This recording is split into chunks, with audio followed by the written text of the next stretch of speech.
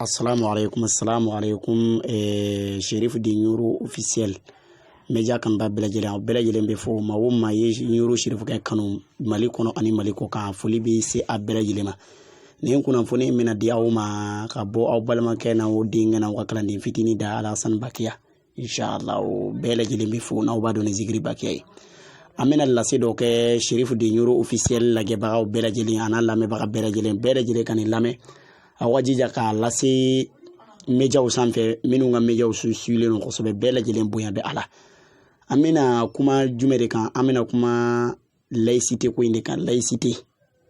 donc anya yi bololo srawfe karamgo bola fam be bela jelen be ki hakilata di laïcité kan do bala laïcité ka bo Mali constitution na do bala laïcité ka to ala donc anya yi colonel major Ismail Wage a yi kunda Nyuro kan kata jamana constitution yira Nyuro Sheriff kela donc amina boka detail di awma o de kono o kebaro kono ne ala ni karaka jenye ay lamini ke fo kata si video in dana ne ala sonama bele jele mina tata soro ala amina wala ke awi ayre be saka minum famu ne ala ni karaka jenye amba yini minu ma abonné réseau Sheriff di Nyuro officiel la réseau courado do media courado do daire lendo Nyuro Sheriff ka tokola ala ni ka jenye amena kuma akane ala ni karaka jenye amena kuma Sheriff Nyuro Sheriff ke mana lase wala silikane ala ni karaka jenye bele jelen ki so ala aka kuma kan chaman babi ni ala sona ma anse we mi amena to gota ko wala bele jelen ka se ka famu yake ala ka nga hame ugla biye samedi le 13 mai 2023 donc ambe la selin kala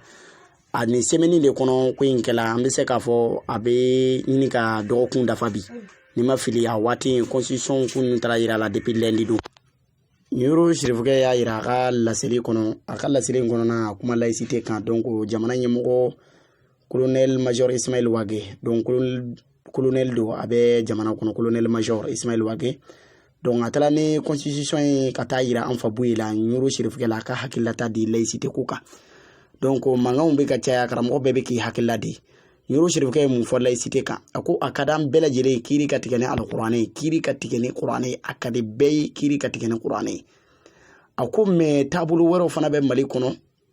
tabulu minum be do fana islamé do islamé chrétien be islamé be bolisono fana be bela tabulu qualité chama be Mali kono ya donc na fala ko kiri katikene qur'ani islamé kiri de kake ka boli beka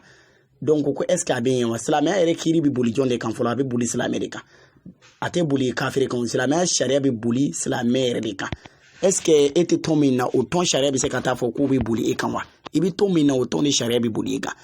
donc nyano chamina laïcité ere wala laïcité ere jumay laïcité nandu la laïcité kono laïcité de koro beki itake itaimi oke ni jo sona yo i vazi i islamia yo i vazi i chrétien yo continue fait na c'est la haraw tiena tadon mais atange laïcité kono koro jien kono ya jamana sharia la ko laïcité katwa nona we anfabu ka hakilai beki take mashi kana dangari shitala naye Nyuro buye ka kuma kanu non tagalage aka kuma kan koro do be abi dele katoka nyefo ako alebi lafiya yini Mali dembedi islamé fara chrétien ni kafirika abele jeli alebi lafiya yini abei hali wati minu na marché tumbe ka ke nan fabu bola ka fo marché nun ka ke ako mawo mabi ko islamia kadiyeti fe dangarika ke islamia la ko boy ka keleke walma iyere bi yere ye Mali diya kono kan be ka fara nyon ka jamana jo akoko ju sona wo chrétien wo islamia wi mana ke tabulu ni na le bi nyon ye ni hakile na jamana jolila ko anga fara nyon ka anka jamana njo len ko fe ni ya me ki chrétien jamana de jola kuy ni ya islamia jamana de jola ni ya me bi fere ki ga joson jamana de jola donc anga fele ke anga faso njo don ba ko kuma do ko hubbul watani min al-iman ko faso yere kanu limaniya doyi an fa buye ka kuma kanu nuna yeni ndifo kayira ka fo laïcité ya ka to anona sino na fo la ko laïcité ka bo Mali kono bele jelenki an beka an wasa do ko pays islamique ama fo ka ma pays islamique e manda yede ma atise ka nye Mali kono na ko abinye dine were mo fana be wuli ku ka fitneke bele do fana na fo la ka kete chrétien mo na wuli ku ka hakenyini bolisono fana na boku ka hakeyini nu bola ku bu ka hakeyini fana ka hake fana kan duma kada kan fana yim Mali den doyi donc Nyuro Sheriff ka kuma kan bori ira ka fo laïcité aka to anuna laïcité ngatu anuna aka ke beki take amina ye constitution ka taa yira buyi la mɔgɔ caman ba bɔla réseau sanfɛ minnu ko ko a man kan ka taa yira la yala a bɛ tan bɛɛ y'i ta fɔ a la mina misala kelen d'aw ma Ɲuro Sirifukɛ a diyali ye o a ma diya ye o cɛkɔrɔba in ka di ye o a ko man di ye o a mana kɛ cogo o cogo Ɲuro Sirifukɛ ye maa min ye maakɔrɔba don ɲinɛ a si san 85 ye maakɔrɔba don wajulukɛla an bɛ se k'a fɔ n'an ko a tɛ yen o ye kuma wɛrɛ ye mais wajulukɛla ka dɔgɔ Mali kɔnɔ minnu bɛ sigi la micro ka réseau kan k'u si bɛ Ɲuro Sirifukɛ ta bɔ n bɛ se k'a fɔ a ka dɔgɔ walima a tɛ yen minnu bɛ parce que an kan tɛ n'an ko k'a tɛ yen o fana y'a la ko wɛrɛ mais minnu bɛ réseau kan n'u dɔnnen don wajulukɛla tɛ yen minnu bɛ réseau kan Mali kɔnɔ k'i bɛ Ɲuro Sirifukɛ bɔ si la a dɔnni b'a la Ala y'a sɔn si la fana a bɛ jamana in ko caman kalama et puis fana maakɔrɔba don a bɛ ko caman kalama jamana in maaba don normalement ni jamana constitution bɛna yɛlɛma a ka kan u ka taa yira cɛkɔrɔba la a ka hakilila dɔ fana di o fana ye jamana in jɔ a fana ye jamana in den dɔ ye a ko k'ale ye maliden an fa Buye ko ten n'a ka d'a ye a bɛ fanga ɲini mais ale da tɛ fanga ko la n'a ka d'ale Buye ye ale bɛ fanga ɲini mais ale da tɛ fanga ko la ale bɛ fanga to tigilamɔgɔw bolo ale ka Sirifiya in ale ka Cheikhna Amadu Mawula den ye k'o y'ale bɔ ale tɛna taa yɛrɛ bila ko wɛrɛ la donc ni Buye ka laseli ye a ka hakilila ye minnu ye laïcité kan komi a kumaw bɛ ka caya a ka hakilila ye min ye laïcité kan o de ye nin ye bɛɛ lajɛlen k'i ta fan ani bila dɔn kuranɛ yɛrɛ nana laïcité fɔ an ye lakum diinukum waliya diini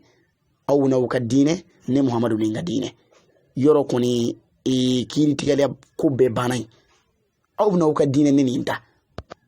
donc laïcité in an fa Buye y'a yira k'a fɔ a laïcité in ka to a nɔ na parce que ale bɛ hɛrɛ ɲini ni maliden bɛɛ de ye a bɛ lafiya ɲini ni maliden bɛɛ ye bɛɛ k'i ta kɛ nin Ɲuro Sirifukɛ ka laseli ye k'a lase a bɛɛ lajɛlen ma a ka kumakanw n'an sera ka minnu t'a la dɔɔni min t'a la ani anw min don an ye min faamu a la an b'o ta k'o walawala k'o di mɔgɔw ma minnu bɛ fɛ nin kibaruya in kana fɔ aw si kɔ laseli o laseli bɛna tɛmɛ Ɲuro Sirifukɛ ka bolo kan a kana fɔ aw si kɔ a ka to ka bɔ a kalama kuma minnu bɛ réseau kan a bɛɛ tɛ tiɲɛ ye dɛ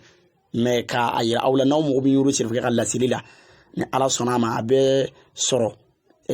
Cherif de Ɲuro officiel n'a taara YouTube kan a bɛ taa abonné a la ni Ala sɔnna a ma bɛɛ lajɛlen k'i sigi ka to ka laseli ninnu kɔnɔ Ɲuro Sirifukɛ mana kumakan o kumakan fɔ an b'a ta k'a fɛsɛfɛsɛ k'a di jama ma bɛɛ lajɛlen ka se ka faamuya kɛ a la ka d'a kan Ɲuro bamanankan ninnu a kumakanw bɛ fɔ cogo mɔgɔ dɔw bɛ an wele k'u tɛ faamuya sɔrɔ a la donc mais o t'a bali an fana bɛ se k'a ta ka walawalali kɛ a la yaasa balima silamɛw na se k'a faamu WhatsApp numéro bɛ to sen na aw yɛrɛ ɲɛ b'o la duguma minnu mako bɛ an na téléphone sira de y'o ka ɲininkaliw kɛ o yala minnu don i bɛ fɛ ka taa groupe de sanfɛ